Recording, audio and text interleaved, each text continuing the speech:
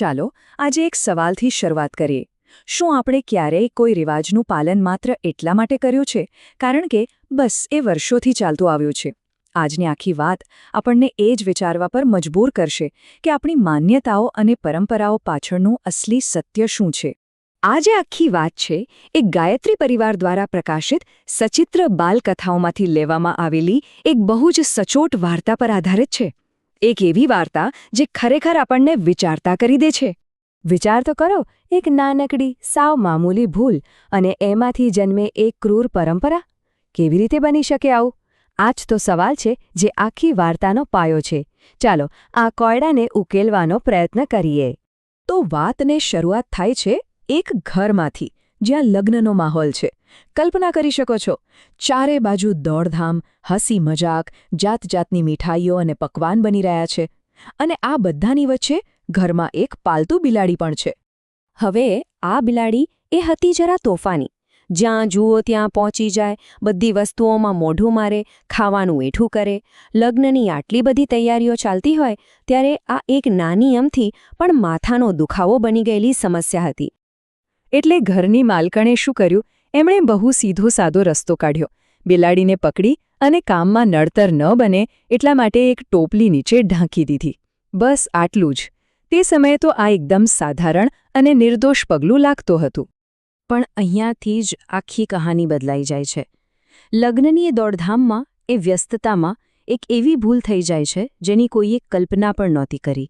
અને આ એક ભૂલ આવનારી પેઢીઓ માટે એક રિવાજ બનવાની હતી. હવે જરા આ ઘટનાઓનો ક્રમ જુઓ. કેટલો વિચિત્ર છે! એક બાજુ બિલાડી ટોપલી નીચે બંધ છે. બીજી બાજુ કામકાજમાં ઘરવાળા એને બહાર કાઢવાનું ભૂલી જ જાય છે. પછી નવી વહુનું ઘરમાં આગમન થાય છે. અને બરાબર એ જ ઘડીએ માલકણને બિલાડી યાદ આવે છે, જે હવે ગુંગળાઈને મરી ચૂકી હતી.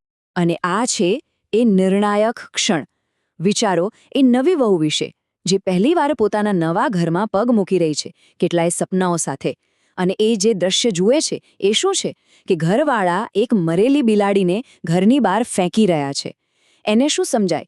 એને તો એમ જ લાગે ને કે આ કોઈ રિવાજ હશે. નવી વહુના આગમન પર કદાચ આવું જ કરવામાં આવતું હશે.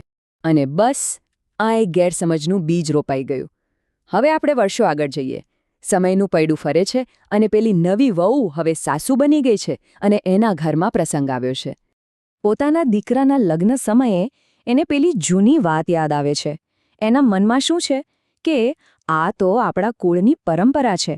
એટલે એ પરંપરાને નિભાવવા માટે તે પણ એવું જ કરવાનું નક્કી કરે છે જે તેણે વર્ષો પહેલાં જોયું હતું. આ તફાવત જુઓ. પહેલી પેઢીમાં જે થયું એ એક અકસ્માત હતો, એક દુર્ભાગ્યપૂર્ણ ઘટના. પણ આગલી પેઢીમાં એ જાણી જોઈને કરવામાં આવેલી ક્રૂરતા હતી. એક ભૂલ હવે એક પૂર્વયોજિત ભયાનક રિવાજ બની ચૂકી હતી. આ વાર્તા આપણને સીધો અરીસો બતાવે છે. એ પૂછે છે કે આપણે શા માટે આપણે રિવાજોને બસ એટલા માટે અનુસરીએ છીએ કારણ કે વર્ષોથી ચાલતું આવે છે? શું આપણે ક્યારે આપણી વિવેક બુદ્ધિનો ઉપયોગ કરીએ છીએ? અને આ જ વાત ગુરુદેવે કેટલી સરસ રીતે કહી છે. તેઓ કહે છે કે પરંપરાઓ વિવેકની કસોટી પર કસાવી જોઈએ. જે અનુપયોગી છે તેને છોડી દેવી એ જ બુદ્ધિમત્તા છે. મતલબ કે દરેક પરંપરાને તર્કના ત્રાજવે તોડવી જરૂરી છે. જે નકામો હોય, જે હાનિકારક હોય, તેને છોડી દેવામાં જ ભલાઈ છે. તો અંધ પરંપરા છે શું? સીધી વાત છે. એ એવી પ્રથા છે જેનું આપણે આંખો બંધ કરીને પાલન કરીએ છીએ. એ ક્યાંથી આવી, કેમ આવી, આજે એનો કોઈ અર્થ છે કે નહીં, આવા કોઈ સવાલ આપણે પૂછતા જ નથી. તો ભલે આ વાર્તા જૂની હોય, પણ એનો બોધપાઠ આજે પણ એટલો જ સાચો અને જરૂરી છે. ચાલો જોઈએ કે આમાંથી આપણે આપણા જીવનમાંથી શું શીખી શકીએ. આખી વાતનો સાર શું છે? પહેલું, કે એક નાનકડી ભૂલ પણ જો સવાલ વગર માની લેવામાં આવે તો એ રિવાજ બની જાય છે. બીજું, કોઈ વાત માત્ર જૂની છે એટલે સાચી કે પવિત્ર નથી થઈ જતી. ત્રીજું, કેમ એવું પૂછવું એ કોઈનો અનાદર નથી પણ સમજદારી છે. અને ચોથું અને સૌથી અગત્યનું, જે પરંપરાઓ નુકસાનકારક હોય કે જેનો કોઈ અર્થ ન રહ્યો હોય તેને છોડી દેવી જોઈએ.